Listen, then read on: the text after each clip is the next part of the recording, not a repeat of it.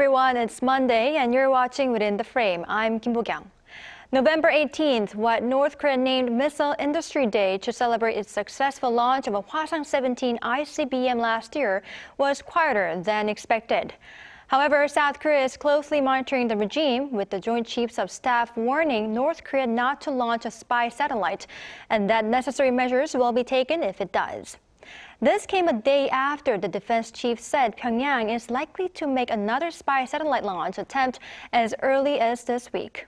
If a launch does take place, what necessary measures would South Korea need to take? And other than that, what are the other recent developments regarding tensions on the Korean Peninsula? For this, we invite Dr. Go Myong-hyun, a senior fellow from the Asan Institute for Policy Studies. Dr. Go, welcome. Thanks for having me. Thank you for being with us. And we also have Evans Revere, a non-resident senior fellow of the Brookings Institution. Mr. Revere was also the former acting assistant secretary of state. Good to have you with us again, Mr. Revere. Pleasure to be with you. Thank you for being with us. Now, Dr. Go, first question. So North Korea previously designated a Missile Industry Day to mark the anniversary of its test firing of the Hwasong-17 ICBM on November 18th. Now, some expected provocations on the day, but it was rather quiet. Are there any indications that provocations are imminent? Well, there are usually two drivers behind the North Korean provocations. One driver is clearly keeping up with the political schedule, political calendar in North Korea. North Korea tends to time their, especially missile provocations, with significant political anniversaries, such as the birthday of the founder of North Korea, Kim Il-sung, or that of his son, Kim Jong-il, and so forth, or the foundation of the Workers' Party, as well as the establishment of the North Korean state. So these are political calendars that North Korea tends to follow for their provocations. But there's also another driver, that's a technical driver. So that's more general and more normal kind of reasons, motivation behind testing their missiles. And I think in this case, North Koreans are probably now have realized that following the political schedule and timing the launch of their unproven missile systems probably dangerous and not that reasonable. For instance, there's some expectation that North Korea would carry out the testing or launch of their new space vehicle, Cheolima-1, which carries the Manligyong-1, the space spy satellite on top. But then they have failed twice already.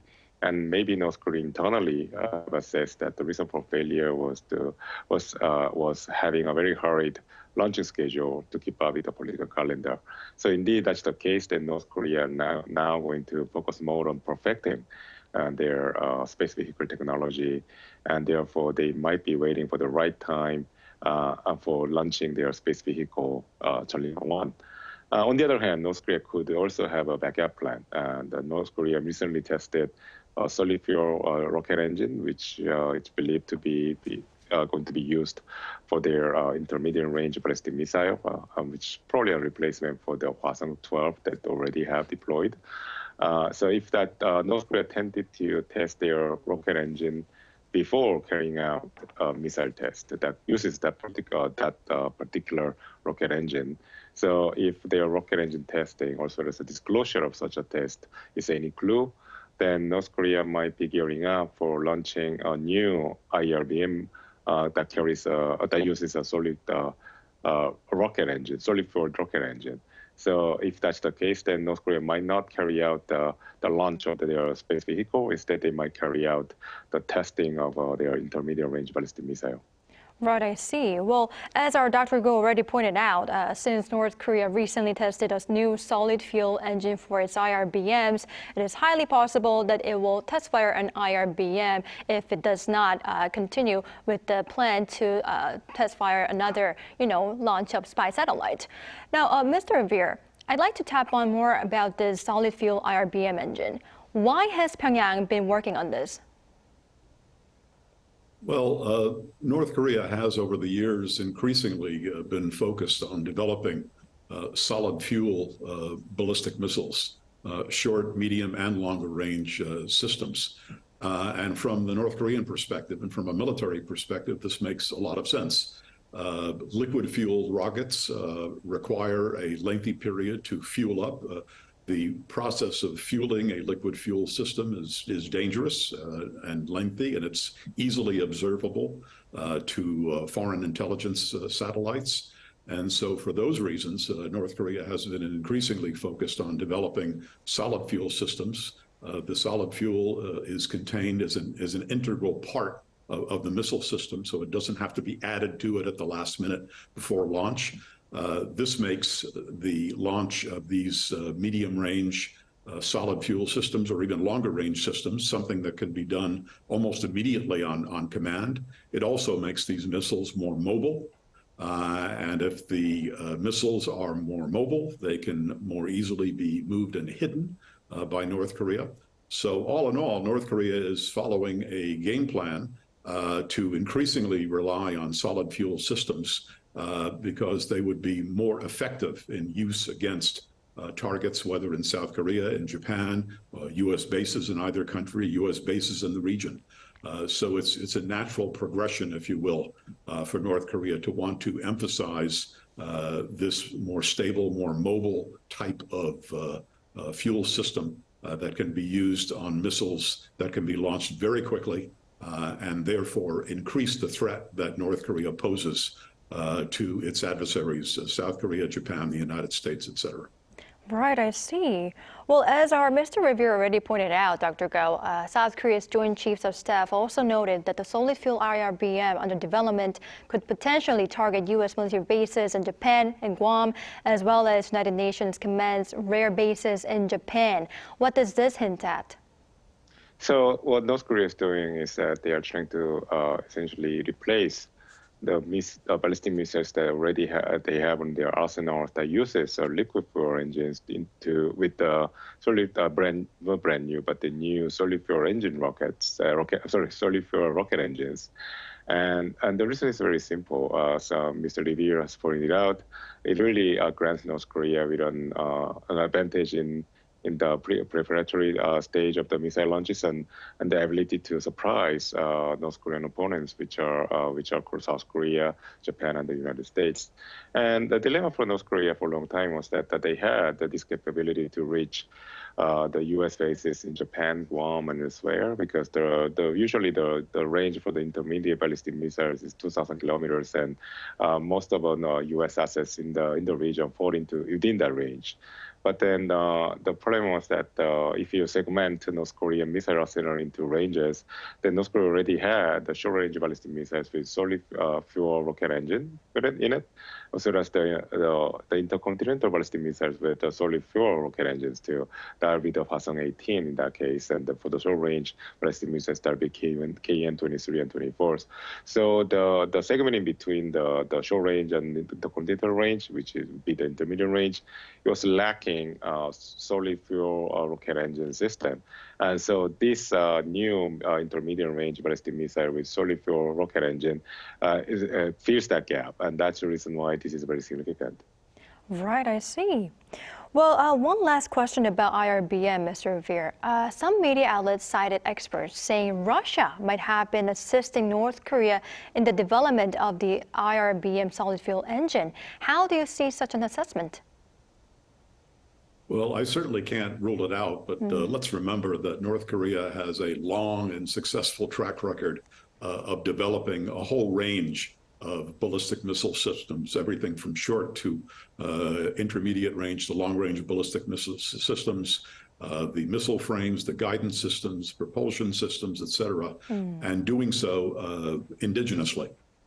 North Korea has a much more sophisticated ballistic missile program than it's ever had before, and it has shown consistently that it can develop new systems, new fuel systems, new guidance systems on its own without relying on the technology of other countries. That's not to rule out the possibility that the Russians may have helped here, but once again, North Korea's track record demonstrates that it certainly has the capability to develop new types of systems, including solid fuel propulsion systems for its intermediate range ballistic missile force. But to be fair, at some point in the future, we can't rule out the possibility that the Russians might provide some assistance to North Korea's ballistic missile program. But at least at this point, my assessment is that it's fairly likely that the North Koreans have developed this new propulsion system on their own. All right, I see your point. Now, Dr. Go, now to the possibility of North Korea attempting to launch a military reconnaissance satellite for the third time. South Korea's defense minister openly stated that November 30th is the latest that the launch could happen.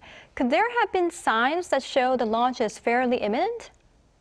Well, I'm sure that South Korea and with the assistance from the Allied forces are watching very closely the preparatory steps that North Koreans might be taking to carry out such the launch of the space vehicle.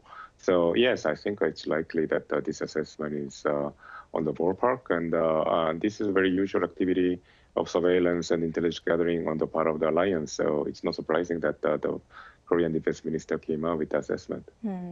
Right, I see. Well, Mr. Revere, though we'd have to wait and see how it goes, if North Korea does test a spy satellite, the South Korean government will reportedly consider partially suspending the September 19th Inter-Korean military agreement in response, and it also vowed to take necessary measures to protect the country. What is your view on the suspension of agreement, and what would be additional measures the country can take? Well, if North Korea does successfully launch a reconnaissance satellite, it will, of course, increase North Korea's ability to monitor South Korea and to collect sensitive and very important information about South Korea's defenses and South Korea's military preparations, as well as U.S. defenses and U.S. military preparations. And that being the case, South Korea has every right to respond to such a development. And among the things that South Korea, as you rightly pointed out, are considering is the possibility of suspending, in part, the North-South Comprehensive Military Agreement. That's certainly a measure that South Korea could take. One of the main criticisms of that Comprehensive Military Agreement, one of the main criticisms that a number of people have made, including members of South Korea's national security and military systems, is that it has diminished South Korea's ability to collect intelligence information along the DMZ and across the DMZ. So that would be probably on the short list of things that South Korea might think about doing, i.e. the suspension of part of that agreement. South Korea, if it decides to go down that route, would be justified in doing so. But at the same time, South Korea would have to balance the gain to be made from suspending part of that agreement to the potential downside of suspending part of that agreement, and they will have to have the appropriate calculation because there are others who argue that there are many components of that comprehensive military agreement that work to South Korea's advantage. So this is going to be a tough call for South Korea, but it's one that I'm sure that they'll make ultimately the right decision on. I see. So South Korea has every right to suspend the agreement if North Korea does launch another spy satellite, but it might have to consider downside. All right. Well, Dr. Go, changing our topic to Kim Joo-ae. It has already been a year since Kim Joo-ae, the daughter of leader Kim Jong-un, appeared in public. Could you tell us what was the occasion on which she was first unveiled to the public, and what activities has she been involved in since? Well, Kim Jong-un was first appeared in public in December 2022, if my memory serves right, for the occasion of unveiling of the Hwasong-17, multiple warheads intercontinental ballistic missile that North Korea developed, and after North Korea first deployed their the first intercontinental ballistic missile system, Hwasong-17. And it was a major technical achievement, at least according to North Koreans. So I think Kim Jong-un used this occasion to showcase not so much his daughter, but actually the Hwasong-17, and to imbue the unveiling of another ICBM system with a special significance. And it wasn't also clear at the beginning, but then it was revealed subsequently as Kim Joo-ae appeared in other weapon testing grounds as well as parades and so forth. Because North Korean media accompanied the Kim Jong-un's appearance with explanations of why Kim Jong-un was in those places at that time. And the reason was very straightforward, that Kim Jong-un, or North Korean regime, was using Kim Ju-hae as a symbol of linking say like the present struggle engaged with the North Korean people, which is like really suffering, subject to sanctions and self-induced COVID-19 restriction measures, with the future peace and stability in the Korean Peninsula precipitated by the fact that North Korea is a nuclear state. So essentially, Kim Jong-un had become a prop in the North Korea's propaganda machine that symbolizes the North Korean regime's I would say like the North Korean regime's I would say justification for their illicit nuclear development, and trying to beautify or add a flourish into this brutal, I would say, weapon system, nuclear weapon system, in fact, and then by linking the ICBM to the image of Kim Ju-hae, or a girl who's only 10 years old. So in that sense, I think this was the purpose of the North Korean propaganda machine putting Kim Jong-un at the forefront of this kind of military events. Essentially, send a message to the North Korean public as well as the international community that North Korea is essentially developing nuclear weapons, not just to attack other countries, but then to essentially ensure the stability and the peace for the North Koreans themselves. Right, I see. So as our Dr. Go pointed out, she definitely made appearances in public time to time. And though there are, differing views whether she is the heir apparent or not, Mr. Veer, I'd like to ask your opinion. What is your view on this? Well, she has certainly the most important qualification for succeeding her father and becoming the leader of North Korea at some point in the future. And that qualification is that she is part of the so-called Paektu bloodline. And that's important to keep in mind going forward. She's also obviously the daughter of the leader himself, which gives her yet another qualification. But let's keep in mind that she's not the only person who is part of the Paektu bloodline. Kim Jong-un's sister, Kim Yo-jong, who obviously has considerable bureaucratic and party experience, is part of that bloodline as well. She's shown herself to be quite competent, capable, and even outspoken, working on behalf of her brother. So we'll have to look and see what happens in the future here. But it's very clear that we've got not just one potential candidate for future leadership of North Korea. We've got at least a couple, and perhaps some more waiting in the wings as well. All of whom check that important box of being members of the Paektu bloodline. All right, I see. So though she has all the qualification, we'll have to wait and see how it goes.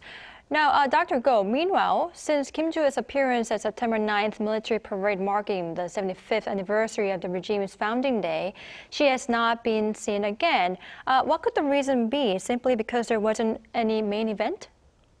Oh, I think that's exactly what happened. So as I mentioned before, North Korea tended to use Kim Ju-hae's presence as a prop, I would say, or like or essentially a background in the background of North Korea's unveiling of important weapon systems, such as the new ICBMs or testing other types of weapon systems. But then we know since September at least, North Korea has refrained from doing so, partly because I think North Korea's strategic focus shifted from provocations using missiles to engaging Russia, and then essentially trying to raise the country's international profile, and that of the leader by presenting Kim Jong-un alongside the Russian leaders, such as Vladimir Putin, the president of Russia, as well as high-level senior officials, for instance, Sergei Lavrov, the foreign minister, as well as the Sergei Shoigu, the defense minister. So I think because this shift in the strategic focus, there's less need for Kim Jong-un to appear alongside Kim Jong-un or alongside brand new weapon systems. I think that's the reason why, that the Kim Jong-un hasn't been seen since September. All right, I see. Now, before I let our experts go, I'd like to briefly tap on how South Korea and the United Nations Command member states adopted a joint statement last week. Mr. Revere, they vowed a united response in the case of aggression from Pyongyang. What significance did it have? This was a very powerful and very timely reminder that the problem of the security of the Republic of Korea, the defense of the Republic of Korea against North Korean aggression, is not just a South Korean problem. It's not just a US-ROK alliance problem. It's an international problem. And this was a very important recognition of the commitment of the nations of the United Nations Command to support and continue to support the Republic of Korea, to continue to demonstrate their clear concern for Korea's security, and to restate in this remarkable meeting that took place, the first ever meeting of this sort, to demonstrate their solidarity with the Republic of Korea, and to demonstrate once again that this is not just a matter of the Korean Peninsula, this is an international concern, and that is an important message, I think, for the North Koreans to have heard on this occasion. Right, so it shared a powerful message that this is not just the issue that South Korea alone needs to handle. All right, well, that's all the time we have for today's edition. Thank you, Dr. Go and Mr. Revere, for your time and insights. We really appreciate it. My pleasure. Thank you. Thanks. All right, that's all for Within the Frame tonight. We'll be back tomorrow with more in-depth stories. Thank you for watching, and goodbye.